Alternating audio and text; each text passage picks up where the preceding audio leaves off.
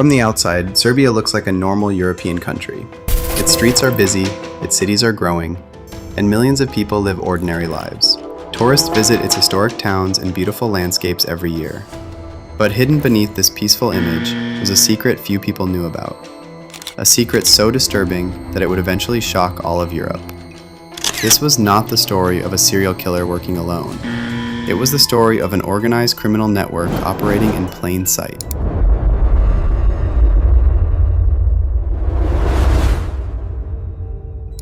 For years, this network built power, influence, and fear across the Balkans. Many people had heard rumors about violent gangs, but few understood how deep the problem really went. Behind the scenes, criminal groups were fighting a brutal war. Money, drugs, territory, and revenge fueled their actions. As the violence grew, people began disappearing without explanation. Families searched for answers but found only silence. Police investigations often led nowhere. There were almost no witnesses willing to speak. Fear had become stronger than the truth. Then, investigators discovered a house near Belgrade. At first, it looked completely ordinary. But what they found inside would uncover one of the darkest secrets in modern European crime history. To understand the Slaughterhouse, we first need to understand a much bigger war. This story did not begin in Serbia. It began in the coastal town of Kotor in Montenegro. For years, a powerful criminal organization controlled drug trafficking in the region. The group earned millions by moving cocaine from South America into Europe. Everything changed after a major drug shipment disappeared in Spain. The missing cocaine created distrust inside the organization. Soon, the group split into two rival factions. One became known as the Kovac clan. The other became known as the Skalljari clan. What started as a disagreement quickly turned into a deadly war. Both sides wanted power, money, and revenge. Hitmen were hired across multiple countries. Murders began appearing in Montenegro, Serbia, Bosnia, and Croatia. Criminal groups were forced to choose sides. Some joined Kovac, while others supported Skalljari. The violence continued year after year. More than 100 killings were eventually linked to this conflict. The Balkans had become the battlefield of a modern mafia war.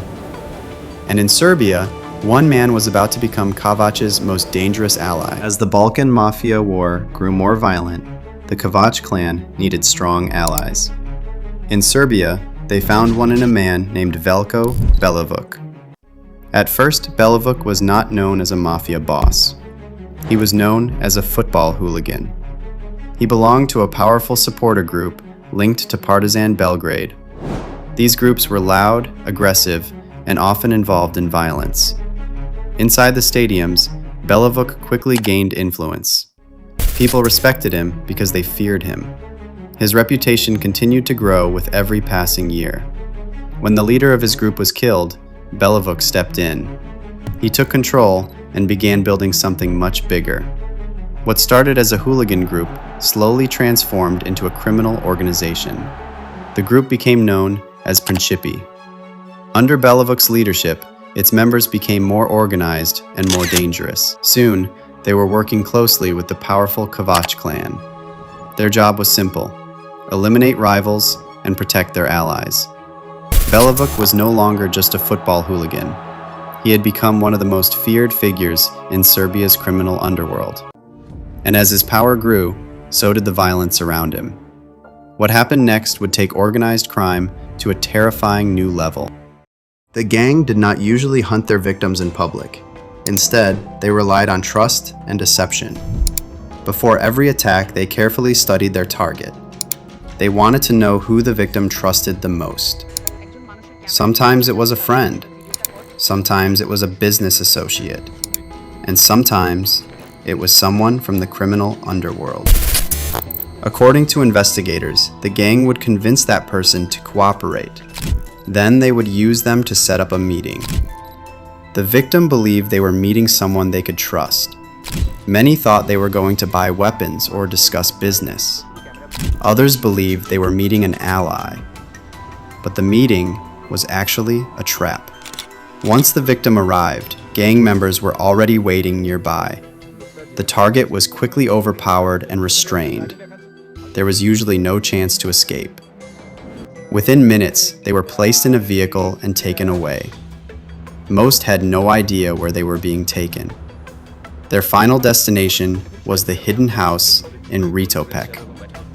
And once they entered that building, very few people ever saw them again. When victims arrived at the house, they were taken into a hidden area beneath the building.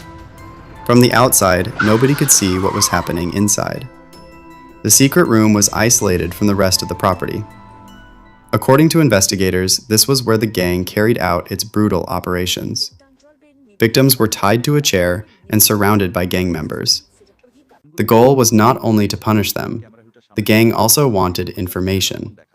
They demanded names, contacts, and details about rival groups. Many victims were forced to unlock their phones. Gang members searched through messages, photos, and phone numbers. They were looking for new targets and useful intelligence.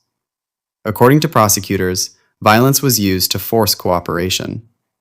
The room became a place of fear and complete control. No one outside could hear what was happening. The gang believed they were untouchable. They thought the hidden location would protect them from investigators. For months, the house remained one of their darkest secrets. But every crime left behind small clues, and those clues would eventually lead police directly to the truth. The hidden torture house was no longer as invisible as they believed. For most criminal groups, hiding a murder is one of the hardest challenges. A body can reveal fingerprints, DNA, and countless other clues. Belovuk's group believed they had found a solution. According to prosecutors, they wanted to remove every possible trace. After a victim was killed, the gang allegedly began destroying the evidence. Their goal was simple. If there was no body, there would be no crime scene. And without a crime scene, proving murder would become much harder. Inside the house stood a large industrial meat grinder. Investigators later discovered the machine during their search. According to witness testimony and court documents, the gang allegedly used it to dispose of human remains. Afterward, the remains were reportedly placed into bags. Those bags were then taken away from the property. Authorities believe some of the remains were dumped into the Danube River. The gang also destroyed clothing, personal belongings, and other evidence. Everything was designed to make the victims disappear completely. For a long time, the plan seemed to work. Families had questions, but investigators had very few answers. However, one mistake would eventually expose everything the gang tried to hide. For years, Belovuk's gang believed they had found the perfect way to communicate. Instead of using normal phones, they relied on a secret platform called SkyECC. These devices were specially designed for encrypted messaging. Messages could automatically disappear after being read. The phones even had emergency features that could erase data instantly. Because of this, criminals across the world trusted the system. Drug traffickers, hitmen, and organized crime groups all used SkyECC. They believed nobody could see their conversations. But behind the scenes, European investigators were working on a breakthrough. Authorities in France, Belgium, and the Netherlands began targeting the network.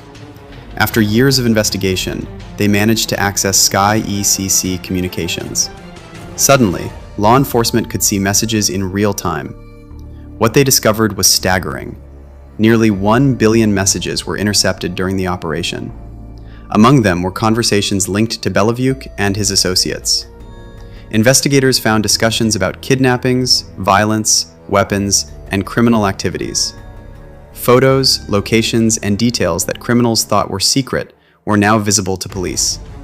The gang had spent years hiding their crimes, but with every message recovered, the truth became impossible to hide. The evidence was finally leading investigators directly to the people behind the slaughterhouse. By early 2021, investigators had gathered a massive amount of evidence. The SkyECC messages revealed details the gang never expected police to see. Photos, conversations, and criminal plans were now in the hands of authorities. The walls protecting Belovuk's organization were starting to collapse. Police agencies across Europe began coordinating their efforts. The investigation was no longer limited to Serbia alone. Law enforcement teams prepared for a major operation. Then the moment finally arrived. police launched raids against Belivuc and his closest associates. Several gang members were arrested within a short period of time. The arrests of Belivuc and his gang shocked the entire region. Many people believed the case was finally coming to an end. But for journalists and investigators, a much bigger question remained. How had such a violent organization operated for so many years? As the investigation continued, reports began pointing toward possible connections with powerful figures. Journalists uncovered messages suggesting contact between gang members and individuals linked to state institutions. These allegations sparked a national debate across Serbia. Critics argued that organized crime had been allowed to grow under political protection. Supporters of the government strongly denied those claims. Meanwhile, public frustration continued to rise. Large protests erupted across the country over corruption and abuse of power. Many citizens demanded accountability and transparency. Some investigators believed the arrest of Belivuc's group solved only part of the problem. The gang may have fallen, but the system that allowed them to rise was still being questioned. To this day, many important questions remain unanswered. Who truly benefited from the gang's influence? How deep did the connections really go? And could similar networks still be operating in the shadows? The story of Serbia's human slaughterhouse is not only about crime. It is also a story about power, fear, and the dangerous consequences of unchecked corruption. The house in Ridipek looked ordinary from the outside, but behind its walls, investigators uncovered a horrifying secret. The case exposed one of the most dangerous criminal networks in the Balkans. It also revealed how far organized crime can go to hide its tracks.